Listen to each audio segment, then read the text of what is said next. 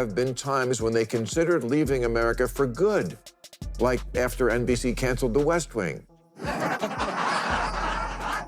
I don't get it. You want so badly for every immigrant to come to this country and experience the good life, but somehow it's so terrible you want to leave?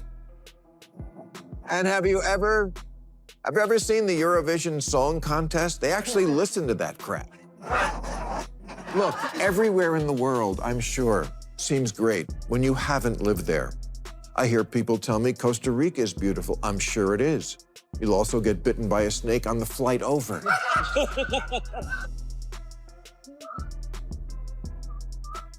The travel site Lonely Planet describes Sri Lanka as endless beaches, timeless ruins, welcoming people. And if you love child marriage, food shortages, and the strictest abortion laws. Recently, we showed you Ma torching celebrities who claim they hate America so much they'd rather leave. This week, he's setting his sights on politicians and woke liberals who insist the nation's a disaster, while fantasizing about fleeing to some so-called dream country. This one's going to be explosive, so buckle up and stick around.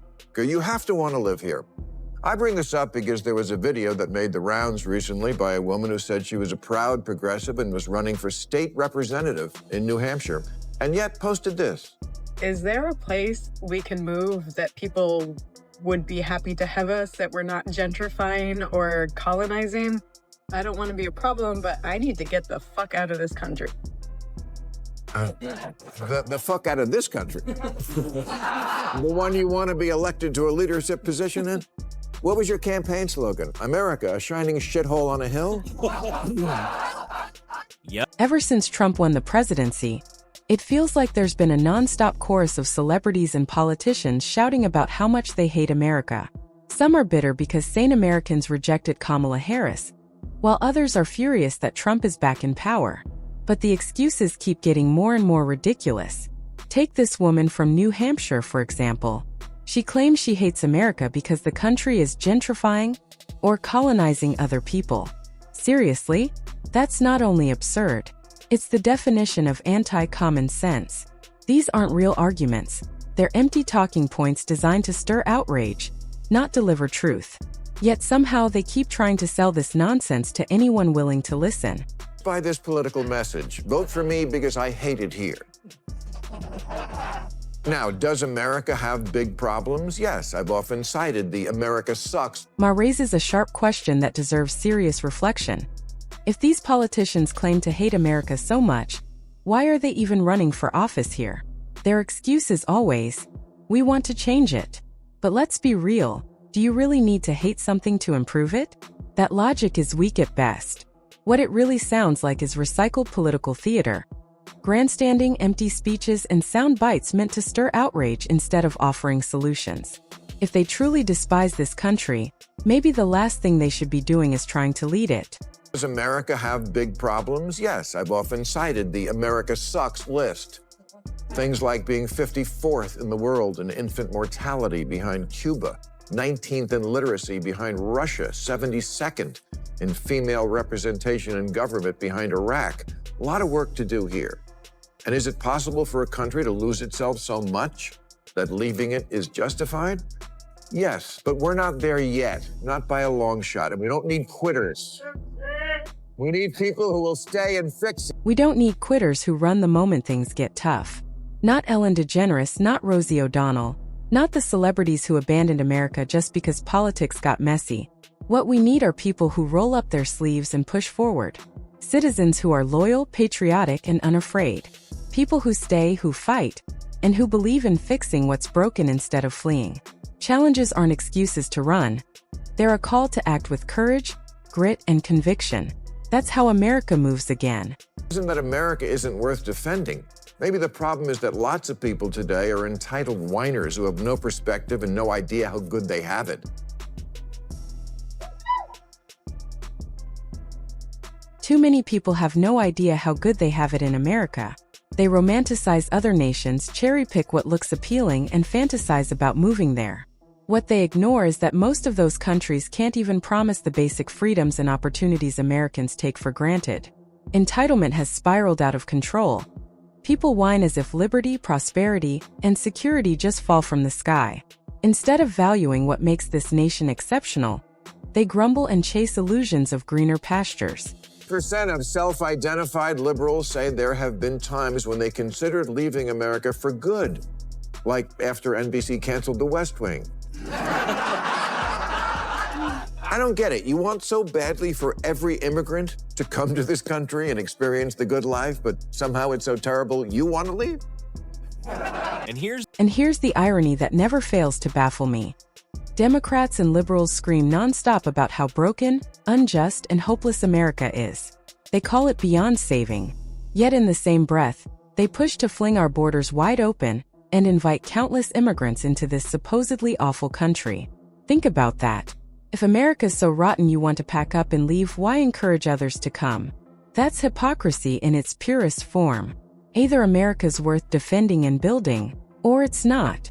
Millions risking everything to get here already know the truth. Saudi Arabia, Nigeria, and Sudan still cut the hands off of thieves, so if you're coming from San Francisco, do your shoplifting at home.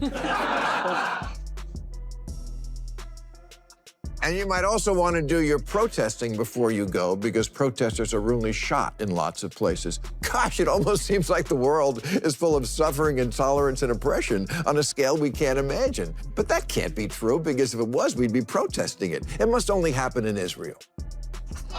There's no denying the harsh truth. Oppression, censorship, and crushing poverty plague much of the world outside America.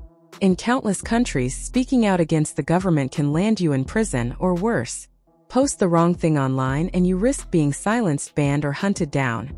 Yet liberals here spin a fantasy that life abroad is paradise while painting America as pure evil. It's a delusional narrative built to stir guilt and division. The reality? Millions still fight to come here because America remains the beacon of freedom, opportunity, and speech without fear. A privilege far too many take for granted. If, for your exile, you do wind up in some comparatively luxurious place like Canada or Japan or the UK, not that they want you. At best, you'll be trading a bunch of stuff you hate about this country for a bunch of stuff you'll soon hate about your new home. It took me only 4 days in Amsterdam to learn that while I admire Amsterdam, I don't want to live there. The buildings are cramped and shaped like needles. The food is awful. The TV's in a different language. It's wet and cold. The people are polite but cold, and they do a bunch of weird shit. The explanation for, according to my friend, was just remember they're high. And that's exactly my point. People dream about Europe like it's some flawless utopia, but the reality often raises eyebrows. In the UK, new equality laws folded in EU rules that let people sue companies for indirect discrimination, even when no jobs are open. Scotland tried pushing a gender reform bill allowing 16-year-olds to change legal gender by simple self-declaration. No diagnosis needed. Sweden followed suit, lowering the age to 16 and dropping the dysphoria requirement. Germany and Spain are heading the same direction. Europe has its own brand of woke, and it's not the paradise many imagine. Of great expat destinations because of all those stories on CNN about how you can buy a house in a quaint Italian village for $1. Except it's not a house in the way we think of one, as a structure with plumbing and electricity and a roof. When these places were built, the Leaning Tower of Pisa was still straight.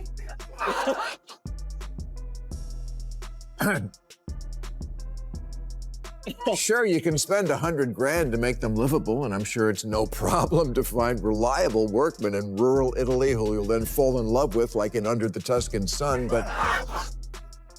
So many Americans romanticize Europe because Hollywood and mainstream media have painted it as a glittering paradise. They drool over Paris cafes, Italy's cobblestone streets, or Sweden's sleek modern vibe, all filtered through glossy Instagram reels and travel vlogs. But few bother to research the realities of living there. Crushing taxes, endless regulations, soaring costs, cultural clashes, and limited free expression. Instead, they fall for carefully edited snapshots and assume life across the Atlantic is problem-free. Then comes the rude awakening. After a few years abroad, reality strikes, and that so-called utopia feels just as flawed, just in different ways. Have you ever seen the Eurovision Song Contest? They actually listen to that crap. Look, everywhere in the world, I'm sure, seems great when you haven't lived there. I hear people tell me Costa Rica is beautiful. I'm sure it is. You'll also get bitten by a snake on the flight over.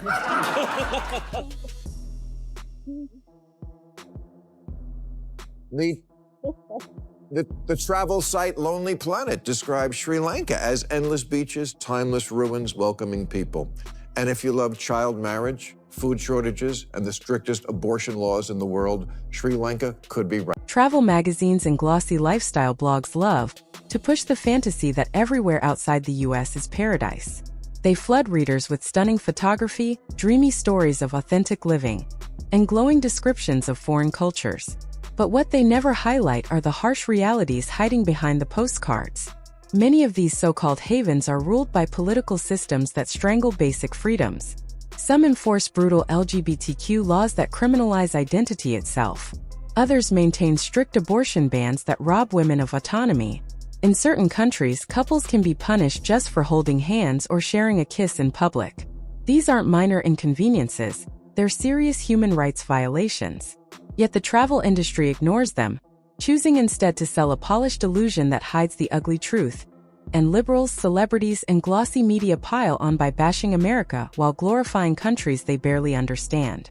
They gush over progressive Europe or cultural authenticity abroad, but ignore the suffocating taxes, heavy regulations, speech restrictions, and deep cultural clashes that come with the package. The irony is undeniable. If America is so terrible, why do millions risk everything just to get here? Why is the world still desperate to set foot on our soil? America isn't perfect, but it remains the freest, most opportunity-rich nation on Earth. Instead of tearing it down or fantasizing about running away, we should roll up our sleeves, defend it, and make it stronger. And that's it for today's video. Don't forget to like, share, and subscribe for more spicy takedowns. See you next time.